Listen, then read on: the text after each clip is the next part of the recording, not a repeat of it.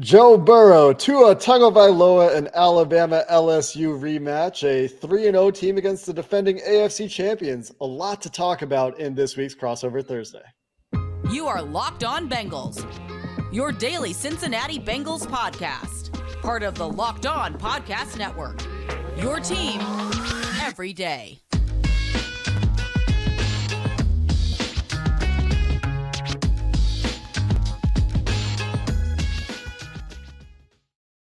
It's Crossover Thursday here on the Locked On Podcast Network. We're crossing over with the Locked On Dolphins and Locked On Bengals today.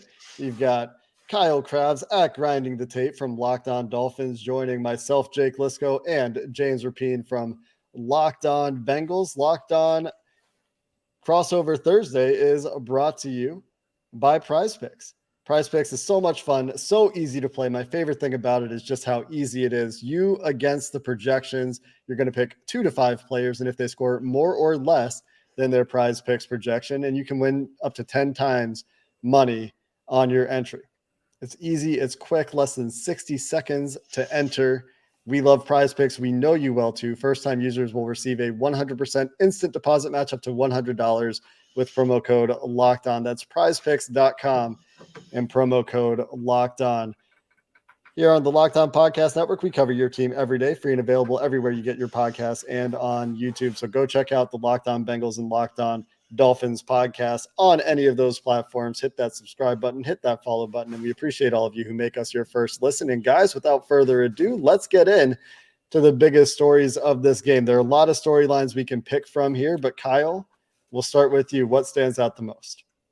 I think one thing that's really interesting for Miami's standpoint in this contest is everybody kind of looked at the first 4 games on the schedule: home against New England, at Baltimore, Buffalo Bills, defending AFC champion Cincinnati Bengals, and you said, wow, this is kind of a killer's row of AFC teams to get your season started. And of course, Miami has surprised with how they have handled this, and this game brings a whole new set of challenges with Cincinnati and the wide receivers and the weapons that they have, where Miami will still be without cornerback Byron Jones, who started the year on PUP.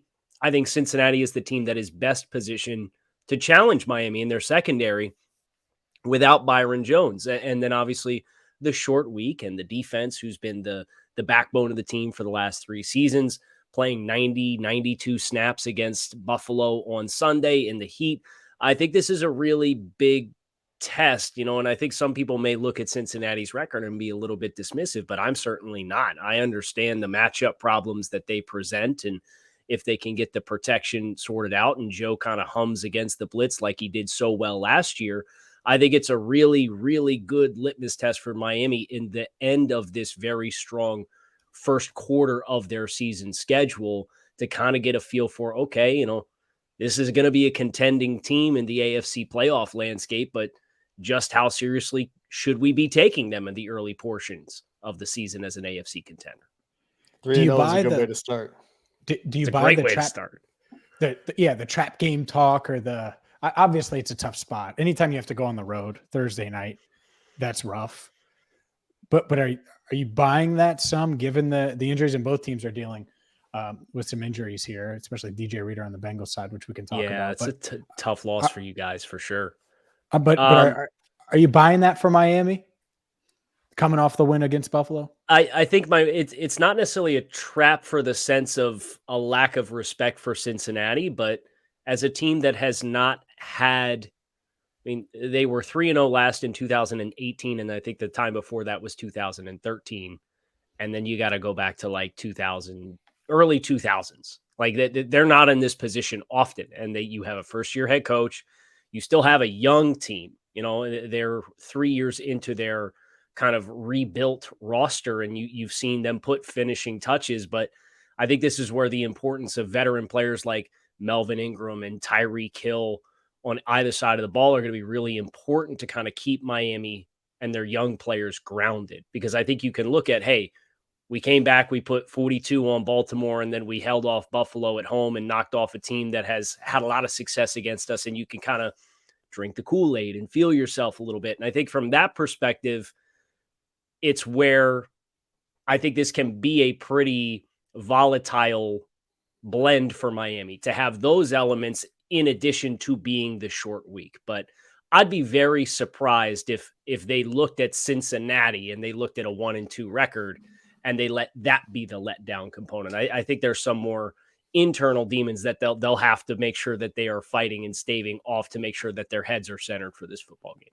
Bumps and bruises, getting used to winning, like you're saying, and just the brutality of having a short week off of what transpired, especially on that defensive side of the ball, like you mentioned, in that heat where numerous players for Buffalo on the sunny side of the field down there in Miami showed up on the injury report with just heat listed as their injury. James, from the Bengals perspective, obviously trying to get things back on track here, and so some other fun narratives you could talk about as well if you think any of them stand out. But what stands out to you as the biggest story from the Bengals side of things? I think the pressure's on the Bengals still. And the moment they went to Dallas and dropped to 0-2, they thought, okay, in 5 days we can get to even. And so they did that first part of it against the Jets in week 3. And so now 4 days later, can they take care of business against a 3-0 team? I don't know if people necessarily thought at the time thinking that they would be 3-0, but the Dolphins are 3-0 and they're scary. I mean, there's a lot of reasons to make a face when you talk about that roster on both sides of the ball. So that's it. Are the defending AFC champs, who a lot of national pundits talked about being or kind of being a fluke last year, and it might be a letdown this year coming off of that Super Bowl loss. Are they really going to start 1-3? Because it's kind of the opposite of what Kyle said. This first part of the schedule, everybody, me, you, everybody seemed like it was like, these are the games you can win. You can get off to a really good start. Maybe you're 3-1 in the first 4. Maybe you're 4-0 in the first 4.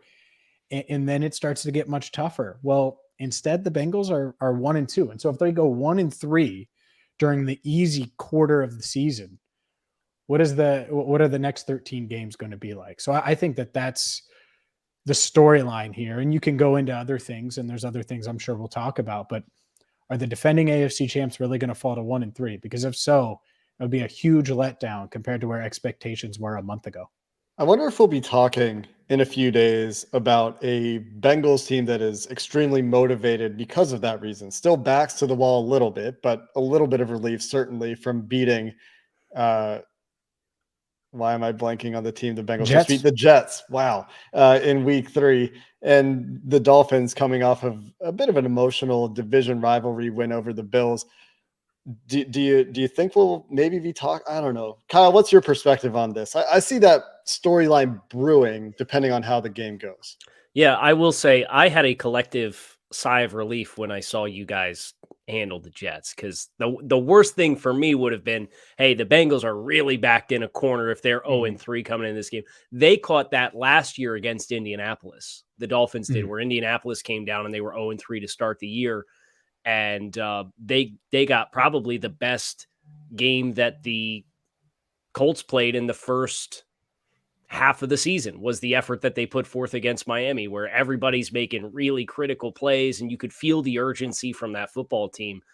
But I certainly think the AFC landscape and the NFL landscape in general, I think, is a nice way to avoid some of that pressure, where you have 2 teams that are undefeated that are left after 3 weeks. So, you can look at Cincinnati and say, yeah, 1-2, but it's still wide open, right? Like you feel like there's going to be a lot of attrition this year, and it's going to be a very tightly wound race. So it makes those conference games very important, but it's also one of those things where at 2-2, you might be saying, hey, if the season ended today, we'd still be in a playoff spot, just kind of how crowded the field is right now. So I think that there's a lot of ball game left, but I certainly think, the Colts last week knocking off Kansas City as a team, and Miami knocking off Buffalo, some of that urgency for your big picks or aspirations. Neither one of these 2 teams with a loss is going to feel like, wow, we feel like all of our aspirations are going to be slipping away, because Miami got off to a 3-0 start, and Cincinnati kind of in the middle of that crowded field, despite kind of a underwhelming start versus the expectations that I know the team had for themselves in Cincinnati. And some fun matchups to talk about in this game, from the Tua Burrow rematch. Tyreek Hill talking his talk, owing Eli Apple. That's a fun one we can talk about, Kyle, and plenty of matchups we can get in this one. Yeah, before we dive into matchups, I do want to let everybody know about our friends over at BetOnline. However, betonline.net is your number one source for all of your football betting information this season. You can find all the latest player developments, matchups, news, podcasts, and in-depth articles on every game that you could possibly hope to find. As always, BetOnline remains your continued source for all of your sports wagering information with live betting and up-to-the-minute scores for every sport. It is the fastest and easiest way to check in on all your favorite games, including Major League Baseball, MMA, boxing, and golf. Head to betonline.net or use your mobile device to learn more. BetOnline, where the game starts. And where does this game start, Kyle? Or let's talk about it. Is it Tyreek Hill, Eli Apple, or the Dolphins going to blitz and play a bunch of cover 1 and cover 3? Or what do you think? Where do you want to start here? Yeah, I'm very much interested in Miami's rush effort and what they did against Buffalo and some of the translatability that I think could be here for Cincinnati. And I know Joe Burrow, going all the way back to LSU, has had a lot of success with the empty protections and spacing the field. And I think that being a world in who can get the other team out of what they want to do is going to be, I think, one of the defining matchups of the game. Is Miami going to stress the offensive line in ways that is going to force the spacing of the field to be reduced in? And I know Cincinnati loves to live in 11 personnel, and they'll probably still remain in 11 personnel, but what do the formations look like? How do they try to accommodate if Miami has success creating miscommunications up front? Because they are a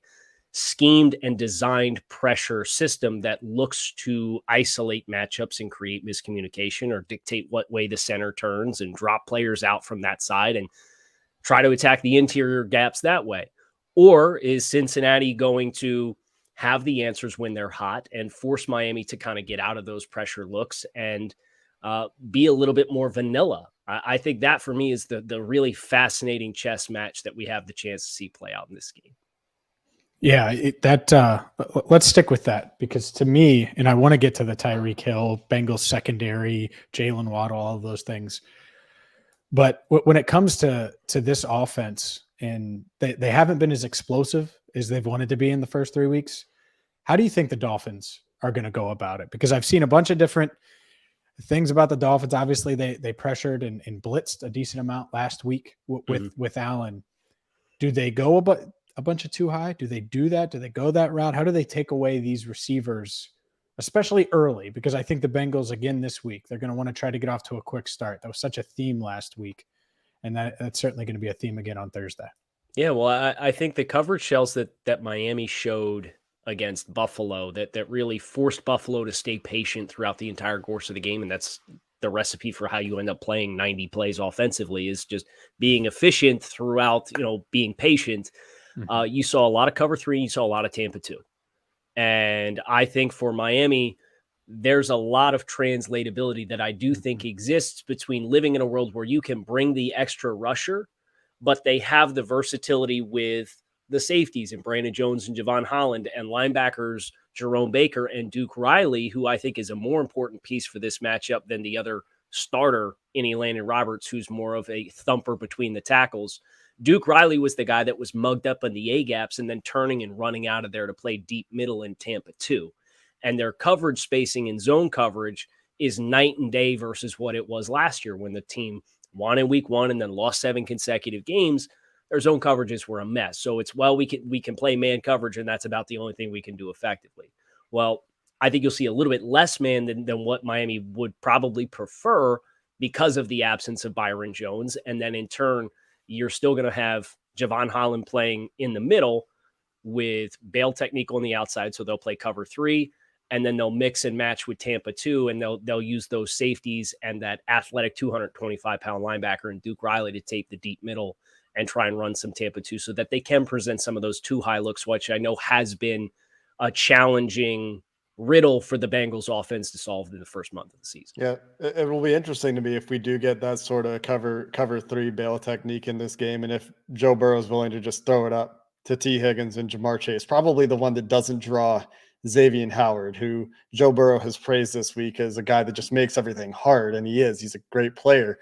But Nick Needham and T. Higgins, for example? Is that a matchup that Joe Burrow is happy to take advantage of if he gets that single high look? Something that we saw him go after Sauce Gardner a few times last week, and to varying degrees of success, right? Should have been touchdown potentially on a 25-ish yard target to the back pylon, and a 50-yard or so, 40-yard or so vertical to T. Higgins as well. The other thing that was really interesting to me that I've seen out there as I've looked at this Miami defense a little bit is some of the invert looks and some of the rotations they run to get into some of those too high in Tampa looks are quite interesting, dropping the safety down into that Tampa spot instead of necessarily just sprinting the linebacker back. And so how Joe Burrow deals with some of those rotations will be interesting as well. And, along those same lines, an issue for the Bengals this year has been just the inability to get a running game going with Joe Mixon. And I wonder how much of that is to do with just finding the right spots and getting caught in rotations at times where they look like they're running into a light box, and then there's a post-snap rotation to single high, and they're coming downhill anyway, or they're quick keying and coming downhill because the Bengals have been a little bit predictable going under center and just running wide zone. And that's gotten a little bit better in previous weeks. I think the Bengals have shown some tendency breakers, but I do think that the chess match will be very interesting because there seems to be a clear formula for slowing down the Bengals, which is play Tampa 2, play cover 2. Make Joe Burrow be patient, take away those receiver verticals on the outside and make him find his intermediate, his checkdowns, and make them do it the hard way. You talk about Buffalo running 90 plays. The Bengals did it in week 1 against the Steelers, who played an uncharacteristic amount of too high stuff for the Steelers. And I just wonder, looking at what the Dolphins like to do, if that patience will be there, because Joe Burrow, famous for the you can't zero me quote, and those sort of opportunities against the blitz, I think that will be really fun to watch. Yeah, I mean, and then there's the other side of the ball, right? Where, I know James had mentioned Tyreek Hill and Jaylen Waddle and the Bengals secondary, and Tua Tagovailoa we're expecting to play in this game. I know he's formally listed as questionable. It looked like he got cleated by one of his offensive linemen. I know it's a back and an ankle for Tua. It looked like he kind of just got stepped on as he was delivering a throw in the second half against Buffalo. So I think that's me solving the riddle, because I'm like, when did that happen in the midst of the game? But you saw when Miami got set up on the short field with the turnover that they got in the first quarter against Buffalo, they tried to go under center and run a QB sneak, and Tua got bent backwards on that. And that was kind of where he said that his back got tweaked initially. And then they had the hit, which everybody was all abuzz about, where he came up off the ground and his legs were kind of jelly. And then he said he really struggled staying loose in the second half just because Buffalo had so much time of possession that he couldn't get loose and stay loose because there was so much time space between their possessions. So I do expect him to play. I think they've been pretty selective with their shots down the field. Against Baltimore, it was kind of like, well, screw it. We're down 21 points. Like, we got to go either way. And the speed kind of took over, but they did a really nice job setting up the big shot to Jaylen Waddle that they took, where they ran a bench route on the first big play on that drive to Jaylen Waddle, where he pushes inside with his stem and then breaks out to the corner. And then if you watch the route that he ran, he actually ran faked the bench and then came back to the post, and they ran too high in that look, and they had Tyreek Hill run a corner on the other side. So these safeties kind of just split wide open. So really nice schemed. I think they have done a nice job in utilizing the speed and either challenging teams to either play both of them on the same side of the line of scrimmage or to put them on opposite ends of the formation and really test, okay, are you going to come out and you're going to play too high and give us all this room to work in the middle of the field?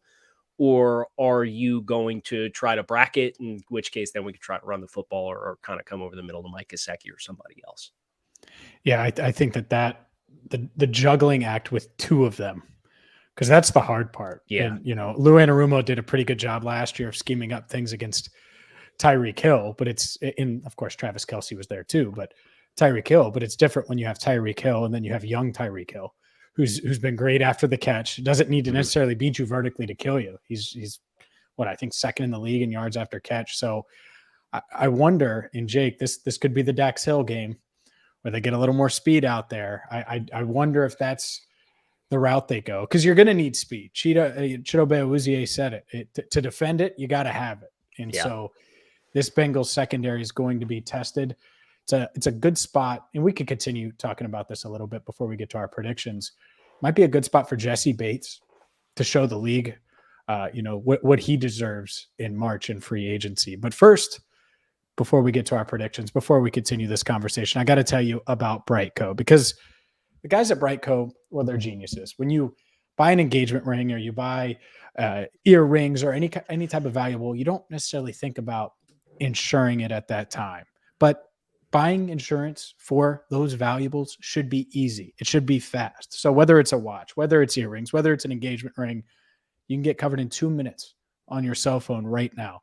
You're not going to find a better deal on great coverage that's super affordable. So if you're about to buy something for her, if you're about to buy something for yourself, maybe you want a little blinged out, maybe Dolphins fans are about to get a 4-0 blinged out necklace. Well, you can go to brite.co/locked on and get insurance for your jewelry, for your valuables right now. Again, that's brite.co/locked on. Yeah, let's stay on the matchups just for another minute or two here, because the receiver corner matchups I think are interesting. What the Bengals do in the secondary I think is interesting. What Lou Anarumo is going to do with a very adaptable, very amorphous defense on the back end. They do what the game plan calls for. We've seen them go blitz heavy at times. We've seen them drop 8 for an entire half and somehow stifle Patrick Mahomes in doing so. So the plan that's cooked up here for Jaylen Waddle, Tyreek Hill, and Tua will be interesting. But the other matchup that I think really bears talking about here is Trey Hendrickson and Terron Armstead, who certainly going to play at left tackle, much the same that La'el Collins is probably going to play at right tackle. And, these were contracts, a fantastic contract for Terron Armstead. I thought the Bengals got a steal with La'el Collins at his much lower number. Armstead has played significantly better. Hendrickson coming off of his probably career best game with 3 sacks and 3 forced fumbles last week. That should be a really fun strength on strength matchup. But of course, the Bengals also have to overcome losing DJ Reader in a spot where he potentially could have taken advantage of Liam Eichenberg and Connor Williams losing a new position. And on the other side, the Bengals don't really have that dynamic pass rusher to maybe take advantage of a potentially advantageous matchup with Greg Little over there. But what's your feel for the trenches for this team? Is there something that the Bengals can exploit there? Yeah, it kind of calls or echoes what happened last week, where Buffalo was without Ed Oliver, and they had Von Miller, and they have a lot of young players who are their other edge players, whether it's Gregory Rousseau, who's been off to a nice start, or Boogie Basham, or any of the other options that they have rotationally. But it was like Von's the guy, right? Yeah. And in crunch time, Von's on the left side of the defensive formation, and he's rushing against Greg Little. But in the matchups where Miami had him matched to the same side as Terron Armstead, you kind of saw all of the trust that they put in Terron to say, okay, we're going to leave this as a one-on-one matchup. We trust that you can win it with consistency, and we're going to occupy the other guys and make sure that Liam Eichenberg has help, because I do think he is the weak link right now on the offensive line. Greg Little has performed admirably, but you can tell he's a swing tackle, right? He's ideally not one of your starting 5, and Austin Jackson went on injured reserve after playing 15 games or 15 snaps against the Patriots in week 1. So you're going to be without him for a little bit, and you're hoping to keep your head above water there. So I think Robert Hunt at right guard has played phenomenally. I think he's developing into a high caliber starting guard. And Connor Williams, his athleticism has really shined up front. So I think Connor being able to help Liam and Rob being able to help Greg, as long as everything at left tackle performs the way that the Dolphins expect it to, I think that's how you'll see that play out, where they will be willing to leave Trey Hendrickson and Terron Armstead matched up in one-on-ones because they had success with it last week against Von. And I do know that Trey has different ways that he can challenge you. I think he's a little bit more of a dense player. I think he has some more power elements, where Von is a lot of speed and a lot of flexibility and kind of that blink and you'll miss him type player. And that's not to say that Trey Hendrickson's not a speedy threat off the edge either, but I do think it'll be an interesting kind of change of pace for the ways in which Terron Armstead is going to have to handle his pass sets to make sure he's where he needs to be. Those guys know each other well from their time together in New Orleans, of course. And it'll be interesting. There's a fun strength on strength matchup there and some fun you talk about the Miami fronts dictating protection for the Bengals, but can the Bengals do the same thing to try to isolate some of these guys on the Dolphins side of the ball? And that's the way football goes. Both sides are trying to find those matchups, right? And playing that chess game. And there's a ton here we could talk about. We could talk about the success Raheem Mostert could have with the speed that he brings. We could talk about, whether you are a Tua believer, but we got to get to predictions here, guys. How are you feeling about this one? The 3-0 Dolphins go on the road and find themselves as relatively heavy underdogs, all things considered, with, as far as I know, quite a lot of the money coming to the Bengals side in Vegas. How are you feeling about this right now, Kyle? Yeah, when we sat down and we did the season prediction at the start of the year, I had this as an L. I had the Dolphins at 3-2 through the first 5 games of the season. I think for a lot of the dynamics that we've talked about, Miami being on the road on a short week, off the emotional consecutive emotional wins against Baltimore and Buffalo, the fatigue that's involved in that, I believe they've only done walkthroughs this week with practice, and that, quite frankly, might not be a bad thing with how the game went on Sunday. But at the same time, the hurricane prompted them to leave earlier than they planned to make sure that they would get out on time and their game day routine would be the same. Like, there's a lot of stuff that is flying in your face right now from an adversity standpoint. So if I lean into what I thought before the season and I look at the situation and how it's played out, I think the pathway for winning this game for Cincinnati it's there, and it's there for the taking, because you will have all of those game day elements in your advantage, and you are the team that, quite frankly, needs the win more, right? Because you're sitting at 1-2. You don't want to go to 1-3. Miami at 3-0. You have to fight that, all those things we talked about. But I do run a Dolphins podcast, and the Dolphins are 3-0. So I got to run on the heater here, right? Like, I got to lean into it a little bit. I'm going to pick the Dolphins to win the game. I'm going to go like 24-22 or something like that. But I just wanted to be completely objective and say, look, I see everything we're talking about. And before the year started, I picked Cincinnati to win this game. Would not be surprised if it happened, but I got to ride with them now at this point. So I'm going 24-22 and lean into the team of destiny type feel that's going on right now. That was the longest but I've ever. It was 3 minutes of, I see this, and that. No, I get it. I understand. And this has been a tough one for me. And I think they all are after the team that you podcast about loses to Mitch Trubisky and Cooper Rush. I think it makes it much more difficult to be confident going into a game. Last I checked, the BetOnline odds were, was it 4.5, 5? I mean, it was really high. So I would take the points all day. But I think you hit on it. And just talking to players last week, talking to coaches last week, and you have to do this with Thursday games in general. You have to view them essentially as together. Like, we just have this cluster and we just have to get through it to the mini bye. The Bengals were talking that way. Not that they were overlooking the Jets. Obviously, they played well. They played their best game of the year. But I think they know to kind of complete their goal of the past 2 weeks. They're going to come out. They're going to have to be the more desperate team. The pressure's on them. And I think they make one more play, but it's going to be close. It's going to come down to the wire. I think it could go the other way. I'll take the Bengals 30-27, but you could flip it. If you told me that the Dolphins won by a field goal or the Dolphins won by a touchdown, it wouldn't shock me at all. And so it should be a fun one. I'm excited to watch it in person. For sure. But the emotional element of it for the Dolphins, combined with the desperation of the Bengals on a short week and the fact that they're at home on Thursday Night Football, I'll take the Bengals in a tight one.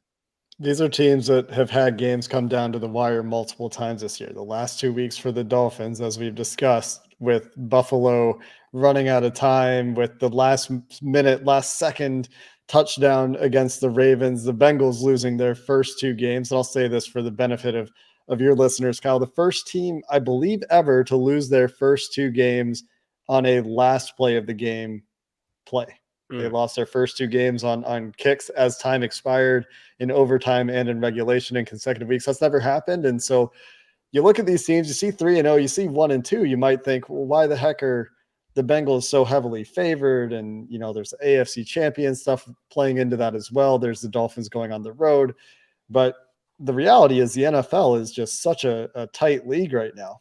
These games are all, for the most part, really close when you get out of the dregs of the league in particular, and you get to that middle class, which I think might be where both of these teams are. And maybe Miami fans come after me for that because they're 3-0 right now and just beat two really good teams. But at Jake Liscow, crush it. Yeah, it's right there. On the get them, Dolphins fans. Come at me. It's fine. I won't see your tweets. It's the teams are close is what I'm saying, which is why, you guys are talking about these razor thin margins where it could come down to the last play. But the other thing I just wanted to add to that is Thursday Night Football is weird, man. On paper, this has the makings of a shootout, which is how James is coming to 30-27.